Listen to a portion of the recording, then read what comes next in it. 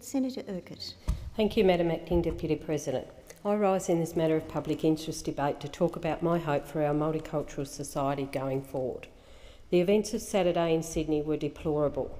We've all seen the coverage. Just like Cronulla of 7 years ago, this riot shocked our nation. Some people say that the events of Sydney on the weekend and Cronulla years ago demonstrate the fragile nature of multiculturalism.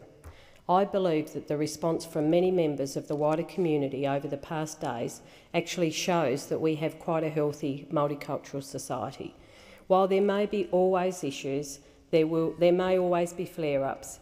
The reactions we've seen, particularly yesterday from Muslim community leaders in Melbourne and Sydney, as well as the immediate comments from Muslim community leaders across the country, show that there is a strong will for a multicultural Australia. An Australia where we celebrate that we are a nation of peoples from right across the world. We can learn so much from each other. Through respect, through tolerance, and by reaching out and trying to continue to increase dialogue, increase cultural festivals and awareness raising, increase support to services to migrants, while continuing to strive to better understand where our friends and neighbours are from, where we've come from and how we can all take our Australia forward. I'm from regional Tasmania, and to be frank, it's not a very multicultural place, and that's really unfortunate. First-generation migrants bring so much life and enthusiasm into Tasmania, while second and third generations continue their family traditions. They continue to teach the proper way to make pasta and lamb kofta, continue their connection back to wherever their fathers and mothers came from, while getting on with living life in regional Australia. Where there are seats in Western Sydney with over 50 and 60,000 people with non-Anglo-Saxon heritage, my duty seat of Braddon has less than 2,000. This lack of multiculturalism in northwest Tasmania has, for some, produced a culture of isolation. Because of not needing to engage with other cultures apart from enjoying their food, there isn't a great need to demonstrate tolerance and acceptance for people of non-Anglo-Saxon heritage. Then, when events like the riots on the weekend occur, people turn to social media, to pages that promote hate and spread misinformation. The monoculture of these pages, where you must like to be included, perpetuates fear and misunderstanding. Today, I want to place on record my support for the actions of the Muslim leaders from Sydney and Melbourne yesterday. These leaders came together to call for calm, to call for all Australians to respect each other. They condemned the behaviour on Saturday and said that it was unacceptable in Australia, warning those who may want to participate in a second protest this weekend that they will only have the support of their community if they protest peacefully, protest silently within the law. They claimed that violent actions from Saturday are not actions put forward by Islam, and they strongly urge people to not rally over this film because it is not worth it. And importantly, they've resolved to work together to create a unifying group for all Australian Muslims, to support each other, to provide guidance and to assist with engaging in Australian society. It's disappointing to read that some Australians are quickly to lay blame on people. Of course, I do not condone the actions of the protesters. However, language such as the following from columnist Gerald Henderson in yesterday's Sydney Morning Herald does not help. He wrote, "Australia is a viable democracy in which virtually all groups have prospered, including the vast majority of Muslims. If last Saturday's demonstrators don't appreciate this, tough. It's not our fault." I feel that this is a totally wrong attitude. Muslim community leaders condemned the riot, and they've resolved to work together to move their community, our community, forward. It is our community that witnessed the riot. It is our community that must reach out to people. One way we achieve that is to acknowledge past instances of hurt, to commemorate the anniversaries of significant events for a group of people, to share the stories of why this anger may have developed, and to be compassionate to our fellow citizens of the world. Having said this, I move to commemorate a tragic massacre. 30 years ago this week, militia stormed the Sabra and Shatila Palestinian refugee camps in Lebanon. It was the 16th of September 1982, and in a deliberate, planned and overseen attack that lasted 2 days, The lives of between 800 and 3,000 refugees were taken. This was a massacre so awful that those who know about it can never forget. There are photos across the internet and in libraries across the world. These serve as real gruesome reminders of the tragedy of conflict. Photos of charred, decapitated, violated corpses.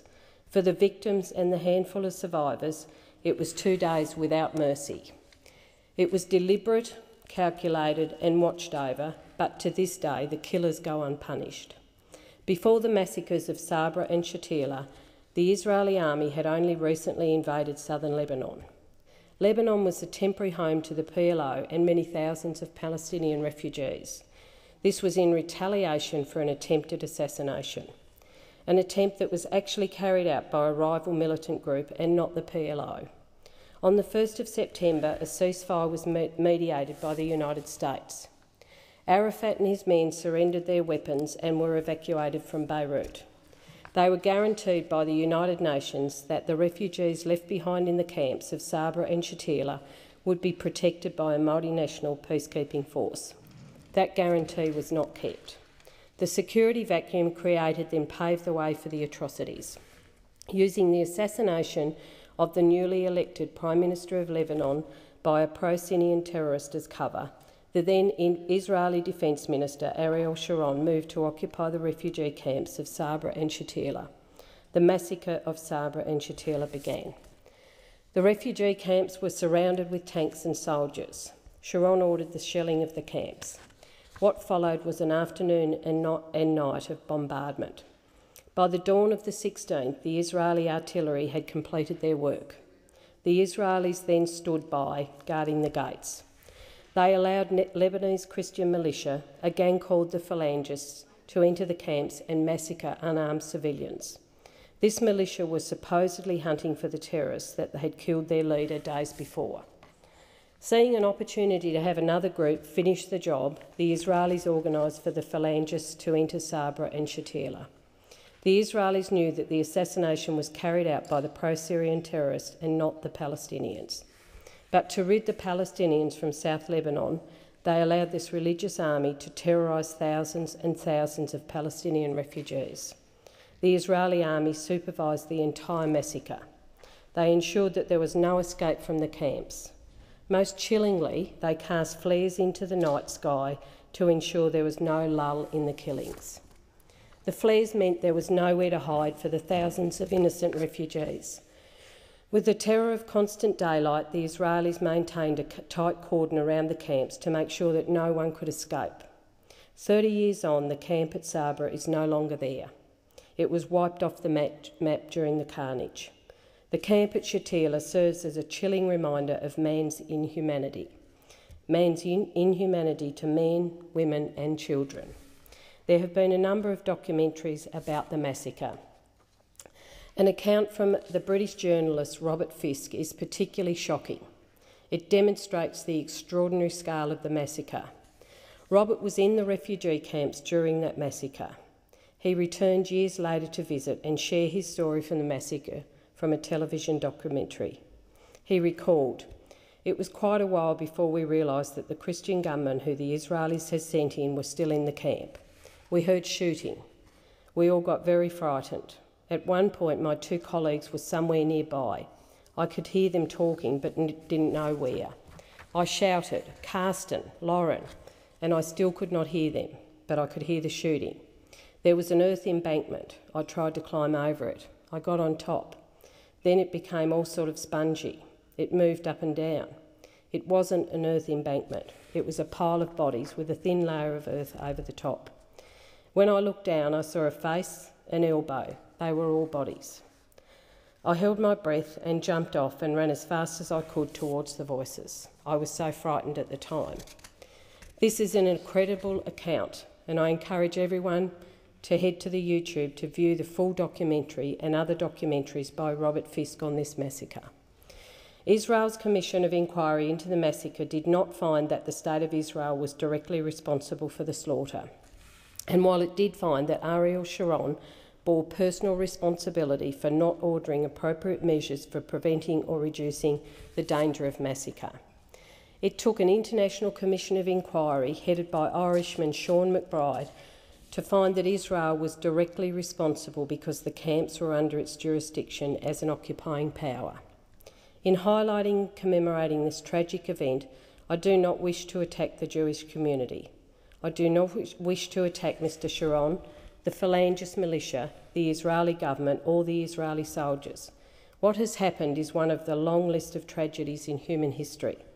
What I seek to do here today is to highlight this tragic massacre, because we must increase our understanding of these events. We must learn, we must show compassion, and we must commemorate. We must remember Sabra and Shatila 30 years on. The massacre has been acknowledged in this place on a small number of occasions. The first instance of recognition of the massacre in this Parliament was just days after that massacre. On the 22nd of September 1982, Mr Lewis Kent, the Labor member for Hotham, gave notice that on the next day of sitting he would move a strongly worded motion commemorating the massacre and calling for the violators to be brought to justice. As far as I can ascertain, the motion did not make it back into the House for a vote during that Parliament and lapsed. However, his strongly worded motion provides people today with the basic information about the event. The motion would have encouraged Australians then, as its place on the Hansard encourages people now, to find out more about the massacre at Sabra and Shatila. We must acknowledge and learn from the atrocities that were inflicted on innocent refugees in these camps. We must also resolve to learn about tragedies from across past centuries. For if we do this, if we resolve to be better educated, we can grow a more tolerant and accepting society. By telling these stories, including stories from the massacres of millions of Jewish people across Europe during the Holocaust, stories from the massacres in Srebrenica and the Balkan Wars, stories of the countless Soviet atrocities, stories of the crimes of the Khmer Rouge in Vietnam, and stories from the horrid civil war in Sudan.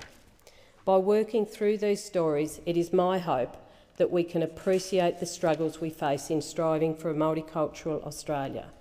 By conveying stories of past wrongs, by learning and acknowledging those events, I hope we can all move forward.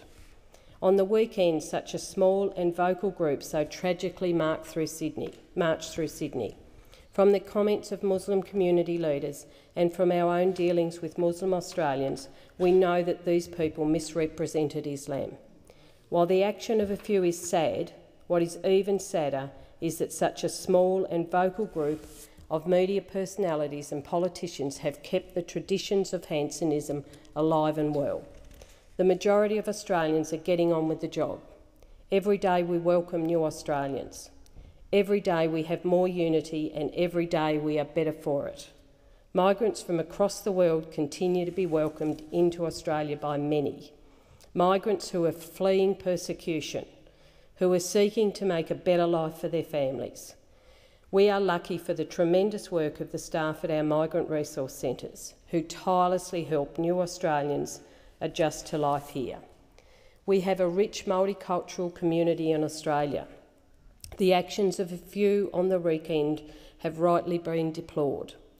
But if we take the time to learn about the situations, practices and worldview of all Australians, we'll be better off for it. Let's not shut the door. Let's not tell them that they're not welcome. Let's work together in welcoming those who long for a better life. By creating and fostering acceptance, events like Saturday will never be a norm, and we will counter the culture of go back to where you come from with a welcome to Australia, mate.